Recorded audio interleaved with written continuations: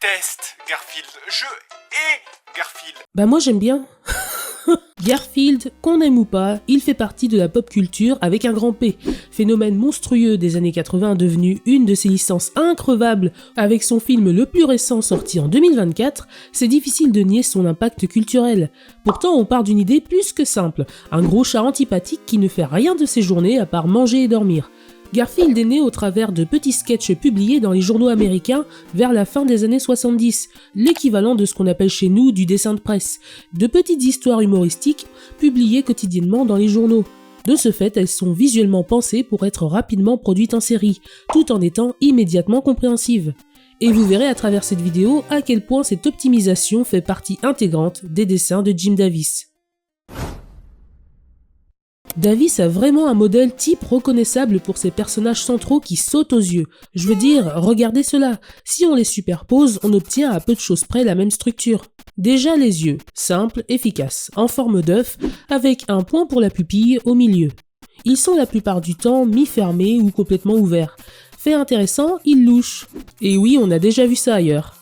Autre particularité, la direction du regard n'est pas forcément focalisée sur l'élément observé. Le visage est en forme de patate à moitié ouverte. Des lèvres pulpeuses, des cils et de légères courbes différencient les personnages féminins et masculins. Les bouches sont relativement discrètes de base et sont reliées par un trait qui les rattache au nez quasiment invisible. En fait, on a le trait de la bouche qui forme une espèce de continuité qui remonte vers le haut et simule ce qui s'apparente au nez. Ces mêmes bouches peuvent s'adapter et devenir assez détaillées pour servir la comédie. Les épaules sont petites et les mains rondouillardes avec 4 doigts, ce qui est un choix graphique classique dans le cartoon pour dessiner les mains plus facilement. Les corps sont longilignes, hauts sur pattes, avec des bras et des jambes peu développés qui se terminent par des pieds bien imposants. Ceci accentue la silhouette en donnant volontairement un côté comique. Voilà, c'est ça le profil par défaut. Cependant, cela ne veut pas dire qu'il n'y a aucune diversité, bien au contraire. En effet, certains personnages ont une apparence bien à eux. Prenez le Facteur, personnage récurrent de l'univers de Garfield. Il ne ressemble à aucun autre. De même pour Irma, la propriétaire du restaurant miteux que John Arbuckle, le propriétaire de Garfield, fréquente. Elle sort complètement et volontairement des codes classiques des personnages féminins, bien que ce soit pour indiquer qu'elle ne soit pas jolie. Pour d'autres habitants, on a carrément l'impression qu'ils sortent d'une autre bande dessinée, et c'est intentionnel. On parle de personnages vieux, excentriques et profondément atypiques. Pour accentuer cela, Jim Davis n'hésite pas à créer des designs pour des occasions précises, en mettant l'accent sur des parties plutôt disgracieuses, avec beaucoup de détails, complètement à l'opposé de ce qui caractérise ces personnages centraux dans leur essence, à savoir le minimalisme. Parlons un peu de la scénographie derrière la création des histoires de Garfield. Pensée pour être coincée entre 2 pages de journal, elle fonctionne presque toujours en 3 actes. La mise en place, l'élément perturbateur et la chute. La mise en scène de ces gags font énormément écho à une pièce de théâtre, que ce soit dans les poses figées la plupart du temps, le décor épuré servant de support avec peu de perspective, les angles des visages presque toujours de 3/4, ou encore les entrées et sorties de cadre. C'est simple, on dirait un spectacle de guignol.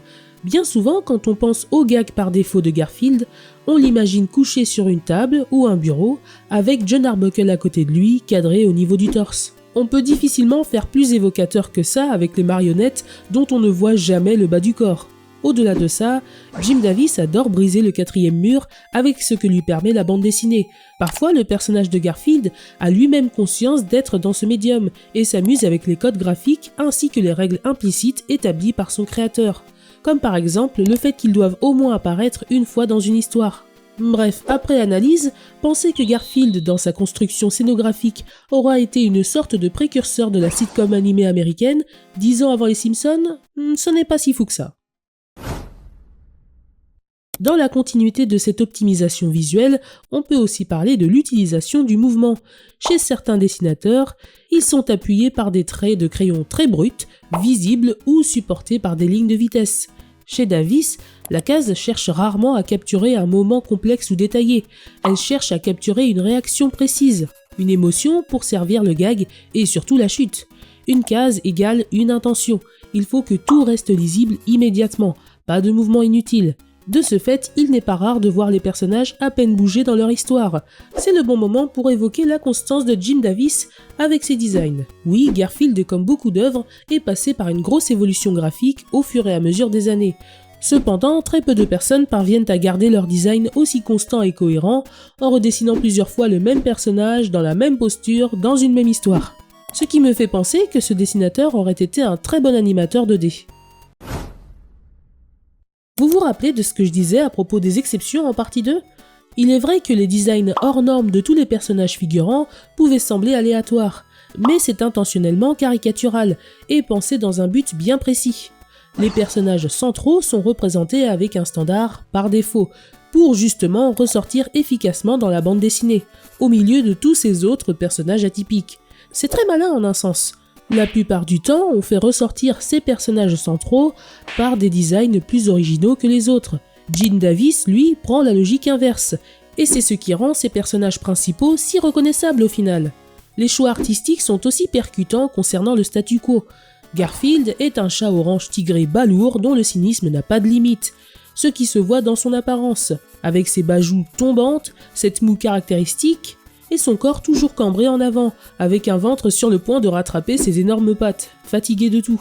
Rien à voir avec Audi, le chien hyperactif qui ne s'arrête jamais. Il a une silhouette longiligne, dont le corps fait penser à un ressort replié sur lui-même.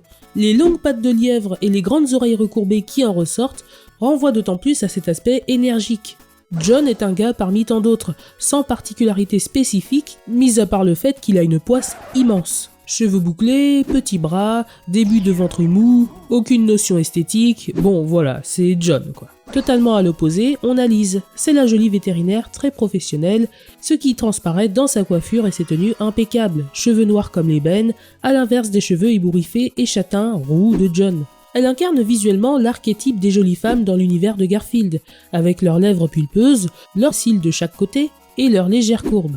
Arlene est aussi l'opposé de Garfield à sa manière, à mi-chemin entre le physique d'Audi avec son long cou monté sur ressort et son corps replié, tout en ayant les caractéristiques de Garfield avec ses grosses palmes.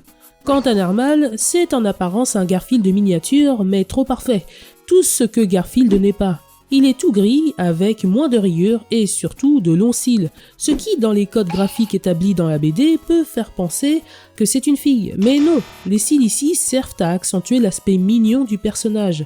Comme vous le voyez, rien n'a été laissé au hasard, malgré l'apparente simplicité de tout ça. Les designs sont là pour transmettre une idée claire, rapide et sans détour. En résumé, ce qui caractérise l'art de Jim Davis est plus qu'un simple regard blasé de ses personnages.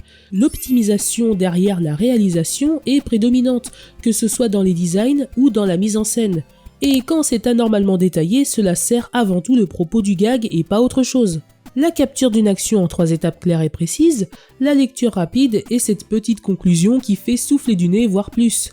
Un aspect simple, banal, sans aucune prétention et pourtant pensé jusqu'au bout des ongles. C'est sans doute tout ça qui fait la longévité de l'œuvre de Jim Davis et qui rend ses dessins aussi intemporels. Oh, et le fait qu'on a probablement tous un petit Garfield au fond de nous. Merci d'avoir regardé cette vidéo. En tant que lectrice confirmée de Garfield, ça a été un plaisir de réaliser cet épisode. Tous les gags ne me font pas forcément rire, mais quand ça arrive, ça tape toujours très juste chez moi. Et oui, je suis au courant pour ce qu'Internet a fait à Garfield, je ne suis pas surprise honnêtement. N'hésitez pas à me dire ce que vous pensez de Garfield, que ce soit en bien ou en mal, l'espace commentaire est là pour ça.